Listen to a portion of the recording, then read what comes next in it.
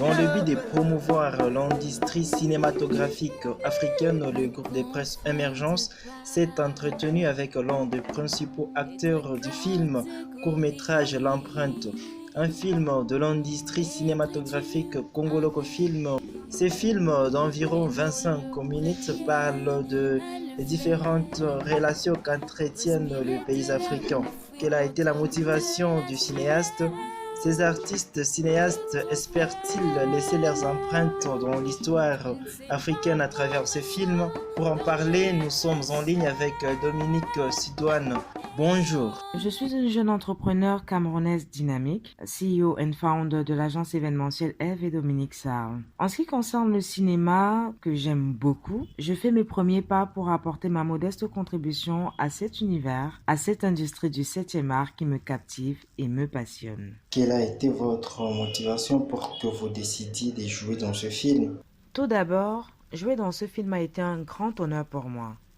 J'ai accepté d'y participer car l'intrigue était louable et on se sent tout de suite interpellé quand il s'agit de notre culture, de nos peines, de notre histoire. Nous savons tous ce que nos ancêtres ont vécu concernant les luttes raciales, l'esclavage. Donc en voyant ce thème, je me suis sentie interpellée. Je me suis investie à interpréter le rôle qui m'a été assigné de la plus belle des manières. Et j'espère vraiment que les cinéphiles pourront le voir et qu'on va mener ensemble ce combat. C'est une triste réalité car le racisme se vit toujours, mais de manière voilée. Donc nous espérons qu'avec ce film, nous réussirons à sensibiliser les uns et les autres, car c'est un thème qui nous touche au plus profond de notre chair et nous sommes tous concernés. Personne n'est en reste. Lorsqu'on voit aujourd'hui les images de l'esclavage passé subi par nos pères, par nos ancêtres, on a mal. Même si on ne le dit pas à haute et intelligible voix, on a mal. On coule des larmes de tristesse. Parfois même c'est révoltant. C'est très révoltant. On se dit, pourquoi tout ceci? Or, nous sommes tous frères, nous sommes tous des êtres humains. Pourquoi tout ceci? Mais c'est grâce à ça que notre peuple aujourd'hui est beaucoup plus fort.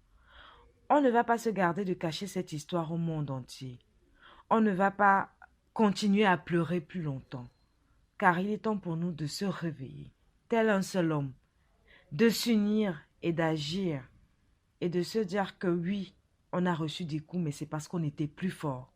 Car on ne peut pas marginaliser quelqu'un qui est faible, on marginalise ceux qui ont de l'avenir, ceux qui sont forts, on essaye de les éteindre pour les asservir.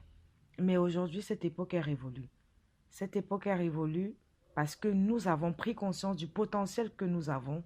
Nous avons pris conscience du potentiel que l'Afrique, ainsi que toutes nos ressources, ainsi que nos richesses culturelles, notre diversité culturelle, le sous-sol, nos terres.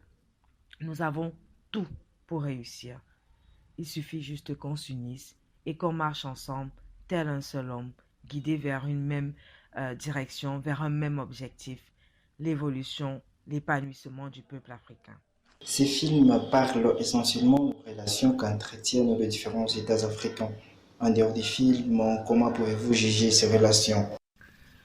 Déjà depuis les indépendances, les pays africains ont plus ou moins de bons rapports par le biais des différentes coopérations, les conventions qui sont signées, les alliances de part et d'autre, l'Union africaine, etc.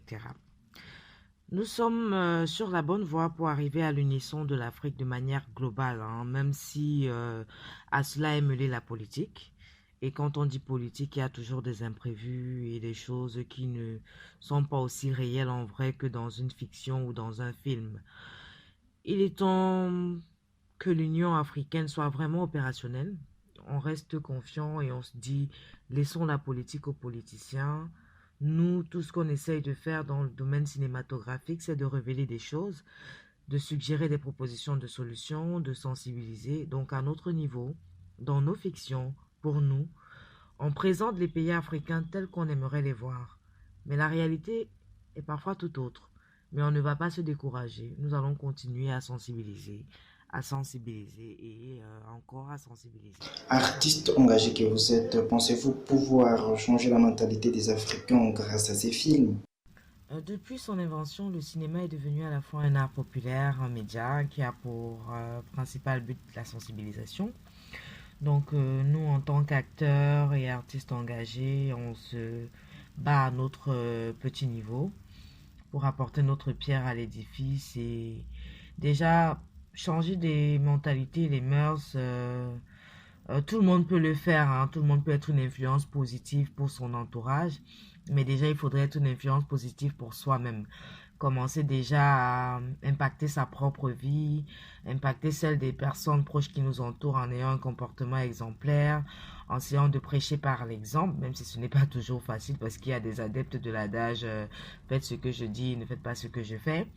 Donc, nos actions, nos rôles dans les films ne sont pas forcément toujours la vraie vie. Donc, nous essayons au maximum de ne pas avoir des attitudes qui peuvent prêter à équivoque parce qu'il y a des gens qui regardent, il y a des gens qui nous prennent pour modèle et qui aimeraient être comme nous.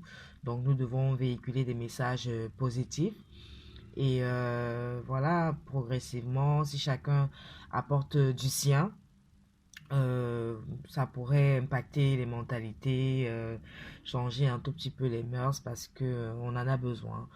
Et comme on dit, la plus belle femme du monde ne peut offrir que ce qu'elle a. Donc chacun essaye de donner à sa manière ce qu'il peut pour changer les mentalités. Et c'est ce qu'on essaye de faire, tout un chacun. Quel message particulier contient ce court-métrage en rapport avec la vie quotidienne des Africains? À travers ce court métrage, la seule chose que je peux dire, c'est que nous sommes tous frères, hein. Nous sommes tous frères, nous avons les mêmes objectifs à atteindre, nous avons le même but à défendre, nous avons un objectif commun qui est le développement de notre continent africain. Et voilà quoi, on doit s'unir et non pas s'entretuer, se détester, faire des inimitiés, se rabaisser. On doit plutôt marcher main dans la main, tous vers un avenir meilleur pour notre continent africain, pour nos petits frères qui viennent derrière nous, qu'on leur laisse un héritage de paix, un héritage d'union, un héritage de solidarité, tout simplement. Parlons un peu du tournage. Comment avez-vous réussi à tourner vos différentes séquences étant éloigné des réalisateurs principaux? Comment s'est-il déroulé les tournages en question? Ah oui, c'est vrai que beaucoup se posent généralement cette question. La réponse, elle est tout simple, hein. Si on a réussi à tourner les différentes scènes étant éloignées du réalisateur principal Claude Barizera, c'est tout simplement parce qu'il a une super belle équipe. Il est super bien entouré et dans les différents pays représentés, il avait une équipe solide et en ce qui concerne le Cameroun, pour le cas d'espèce, on a travaillé avec Océane Yetam qui avait la charge de la réalisation au Cameroun. C'est quelqu'un qui est assez acharné au travail, donc elle nous a pas lâché et elle a su nous transmettre la puissance du scénario et de nous faire comprendre ce qui était attendu de nous coacher par rapport à ça. Et c'était un moment tout simplement enrichissant parce que c'était une diversité culturelle déjà tournée de cette manière-là. Moi, personnellement, c'était ma première fois de faire un tournage et que ce soit tourné de part et d'autre et à distance. On était très solidaires dans le groupe WhatsApp où lorsqu'on avait des lacunes, on pouvait les soumettre. On partageait la culture des uns et des autres. Par exemple, moi, j'ai joué un rôle où je représentais le Togo, je jouais le rôle d'une princesse togolaise, où j'ai dû apprendre quelques mots en Mina, une des langues du Togo. C'était tout simplement formidable pour moi de découvrir tout ça. Et c'est hyper enrichissant. Et c'est justement ça la force du cinéma. C'est que lorsqu'on est acteur, parfois on joue des rôles qui sont à l'opposé de notre personnalité dans la vraie vie.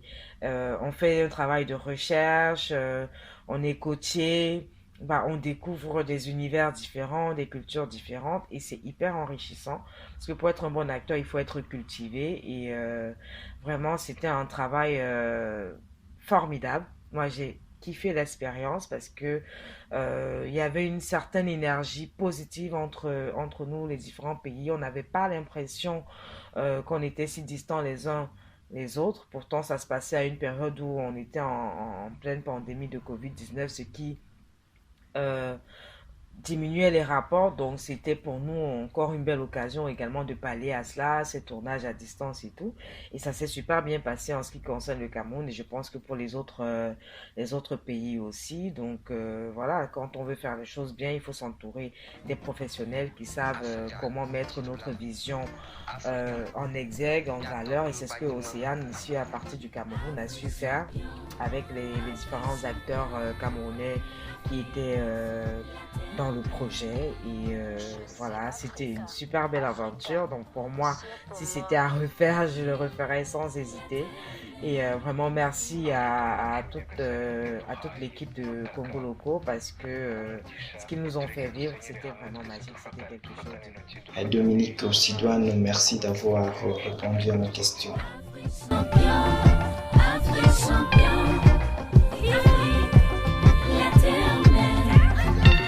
D'Africa, je suis Africa ou Africa, twese muri ke dusenyere hamwe